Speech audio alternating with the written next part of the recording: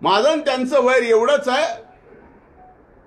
की तुम्ही ओबीसीच्या आरक्षणाला धक्का लावू नका, मराठा आरक्षण घ्या, त्या लढाईमध्ये सुद्धा आम्ही तुमच्या खांद्याला खांदा लावून चढू. 2 दिवसांनी निवडणुकीच्या तोंडावर काहीतरी नावं घ्यायची. आता मी गेस्ट हाऊसला दर सोमवारी बसतो. अनेक सहकारी आहेत, अनेक जण येतात, भेटतात, बोलतात, कुणाला बाजूला जाऊन बोलावं लागतं. आता जे अटक केले त्यापैकी कुणी मला भेटला असेल, बाजूला जाऊन बोलला असेल. मी सामान्य सरळ माणूस आहे आणि भेटल्याने बाजूला बोलल्याने मला कळत नाही ह्याच्यात कुणी कसला कट रचला जातो का. त्यांना पाठवून ते त्यांचेच कार्यकर्ते आहेत ना. अटक झालेले कार्यकर्ते त्यांचेच, बोलणारे कार्यकर्ते त्यांचेच, कबुली जबाब देणारे कार्यकर्ते त्यांचेच, आणि आरोप मात्र पूर्ण माझ्यावर करतात. आणि अशा बाबतीत कट करण्याचं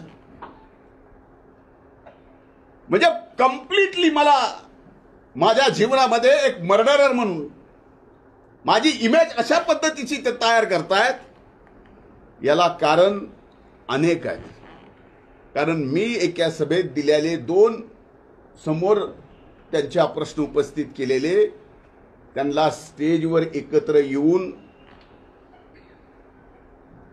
बोलायची त्यांची तयारी.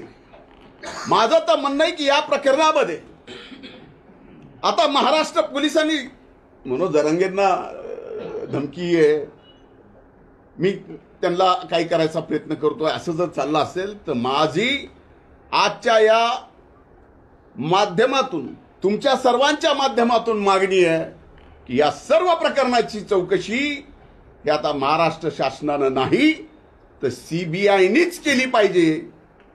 आणि याच्या पलीकडे जाऊन सांगतो, तर माझ्या मनात जरी असं पाप आलं असेल कुणाला मारायचं, कुणाला थापड मारायची, की आणखीन कुणाला काही करायचं, तर माझी ब्रेन मॅपिंग करा. माझ्या ब्रेन मॅपिंग सोबत जरांगेची करा, जे आता आरोपी पकडलेत त्यांचीही करा, आणि ब्रेन मॅपिंग सोबत नार्को टेस्ट सुद्धा करा.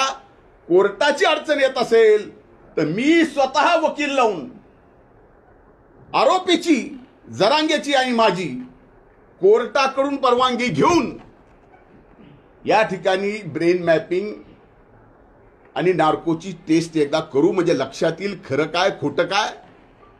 उठायचं आणि एखाद्याला बदनाम करायचं आणि यांचं बोलणं मुख्यमंत्र्याची आयमाय काढायची, भुजबळांची आयमाय काढायची. आमची तर जपच आहे. पंकजा ताईला काय नाही ते बोलायचं. घरात इंग्रज आले होते. ही बोलायची पद्धत आहे का पुरुषाची.